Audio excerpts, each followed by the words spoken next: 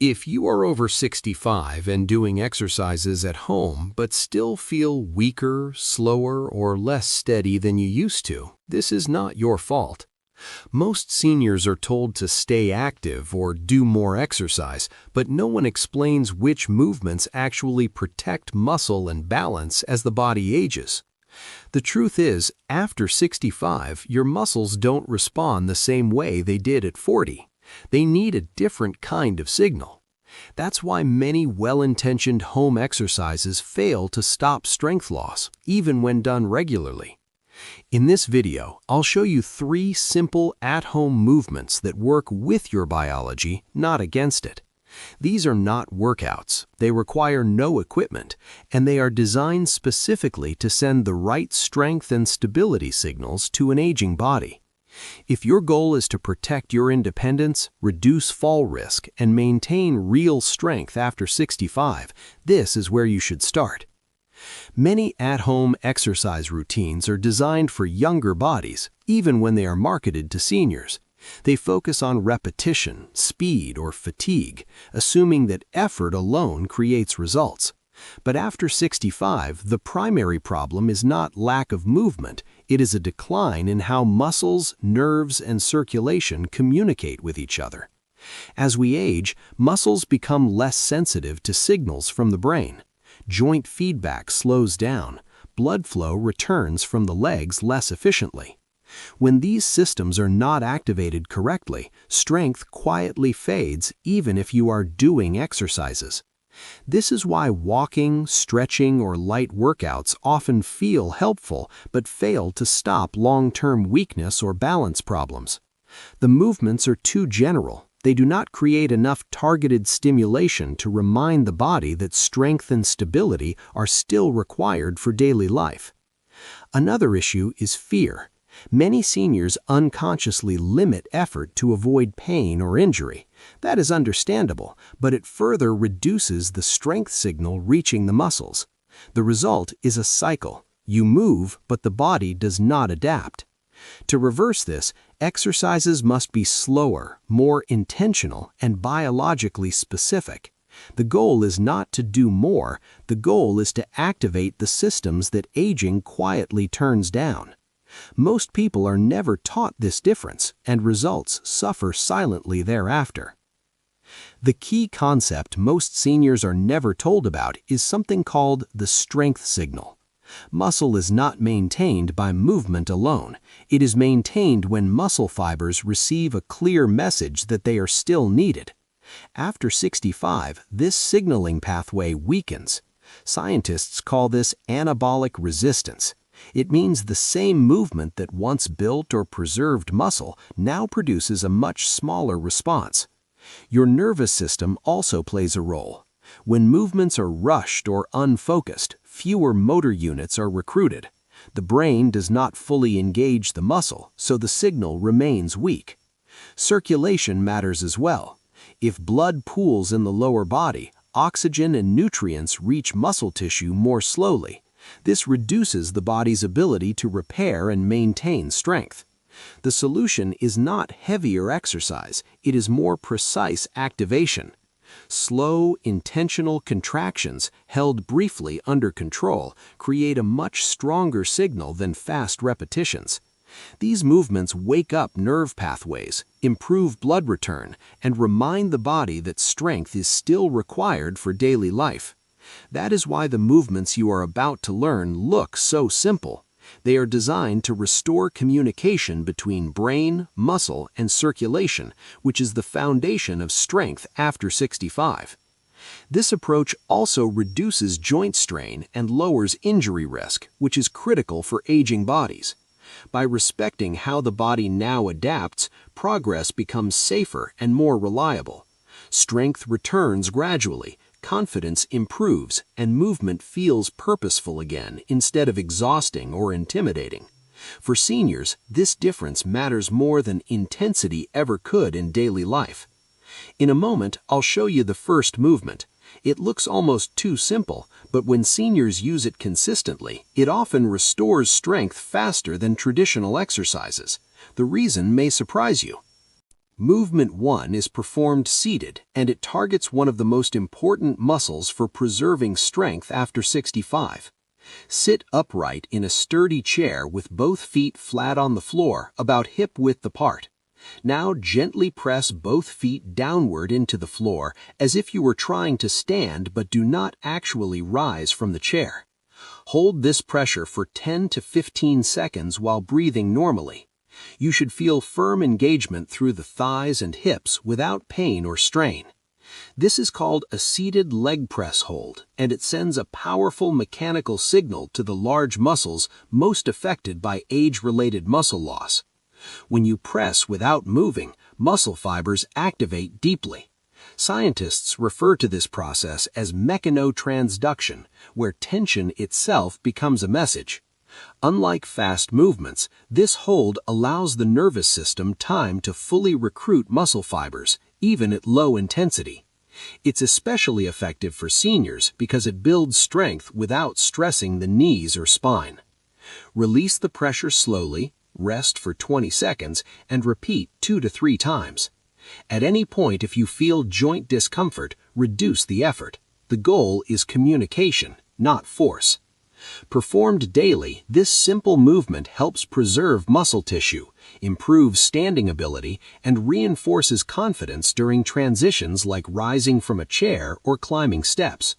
Over time, it counters sarcopenia by reminding the body that lower body strength remains essential for safety, mobility, and independence. This quiet consistency supports daily function without exhaustion, fear, or injury, while fitting easily into home routines for seniors. This next movement may feel slow, but it directly trains the moment most falls happen. Many people notice better confidence standing up within just a few weeks. The second movement builds on the first by training strength and balance together, which is essential for preventing falls after 65. Begin seated in a sturdy chair. Place your feet flat on the floor and slightly back so they are under your knees. Rest your hands lightly on the chair or on your thighs for support. Lean forward slightly from the hips, then slowly stand up. As soon as you reach a fully upright position, pause and hold for 3 seconds before sitting back down in a controlled manner. This pause is the most important part. It forces the nervous system to stabilize the body instead of relying on momentum. Many falls occur during transitions, not during walking. Standing up requires coordination between muscles, balance centers, and joint awareness. Aging weakens this coordination unless it is deliberately trained. By slowing down and pausing, you teach the brain to engage stabilizing muscles that often go unused. This improves reaction time and confidence when standing in daily life. Repeat this movement 3 to 5 times, resting briefly between repetitions. Move slowly and breathe normally throughout. If needed, use arm support, but reduce reliance over time as confidence improves. This exercise strengthens the legs while restoring communication between the brain and lower body. Practiced consistently, it improves balance, reduces hesitation when standing, and helps the body feel secure during everyday movements that often lead to falls. The third movement focuses on circulation and stability, 2 factors that strongly influence fall risk after 65. Sit comfortably in a chair with your feet flat on the floor and your back supported. Place your hands on your thighs and sit tall. Slowly lift both heels off the ground while keeping the balls of your feet in contact with the floor. Hold this position for 3 seconds, then lower your heels back down with control. This movement activates the calf muscles, which act like a second heart for the body. Every time the calves contract, they help push blood upward from the legs back toward the heart.